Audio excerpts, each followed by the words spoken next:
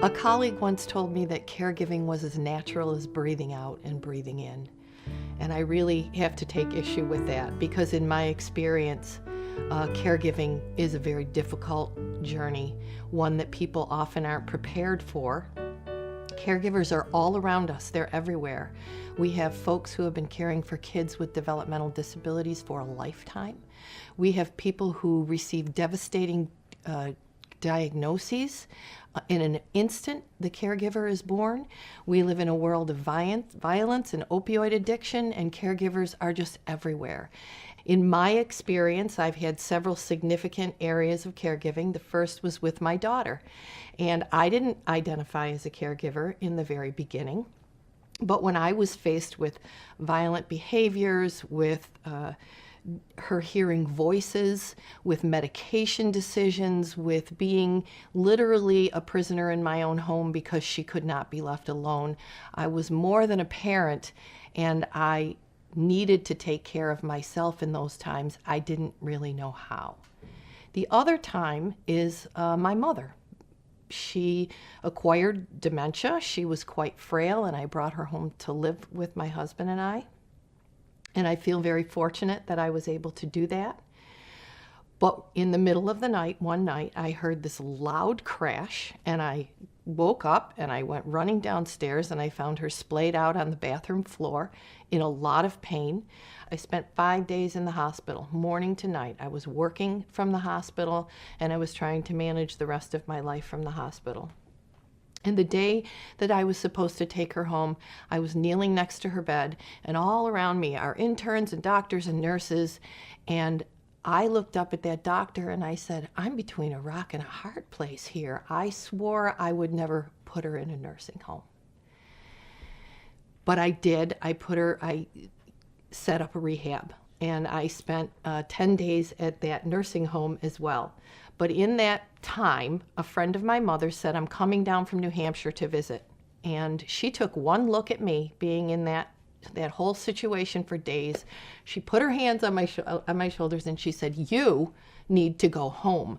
And I said, I can't go home. I can't leave her here. I got to make sure she eats. I have to make sure that she knows why she's here. I can't let her think that I abandoned her here. And she said, you need to go home, and I will be here all day tomorrow. I don't want to see your face. And that was the biggest gift that anybody could have given me in that moment, because I had an opportunity to reflect. I had an opportunity to sleep. I had an opportunity to check in with my kids and everything else that was going on. And I had an opportunity to rejuvenate myself so that I could go in and handle what I needed to handle. In both of those circumstances, I was exhausted, I was isolated, I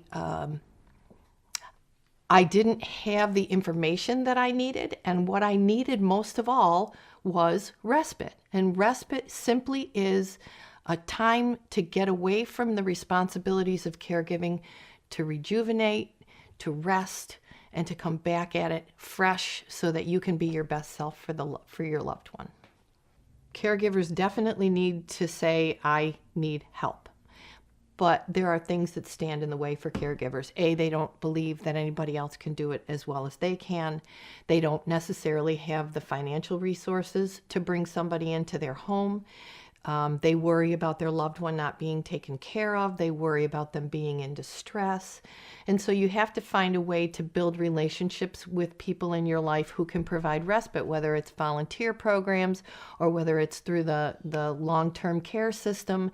But what we know is caregivers provide the bulk of all the services in the long-term care system. And so it's really hard for them to say, I need help. But if they do, then they'll experience what I experienced, which was, holy cow, I really needed to get away. And I didn't recognize it until I was able to do it. There are literally millions of caregivers in New York State, and every one of them has their own story. And my message is, your story matters. And you need to tell your story and share your story, because we all need to support one another. The New York State Caregiving and Respite Coalition exists because caregivers are in distress. Literally millions of caregivers in New York State face these challenges every day. The Coalition speaks with one voice. Today, I'm encouraging you to join your voice with ours in the New York State Caregiving and Respite Coalition. We have so much work to do, and we can do it better if we all do it together.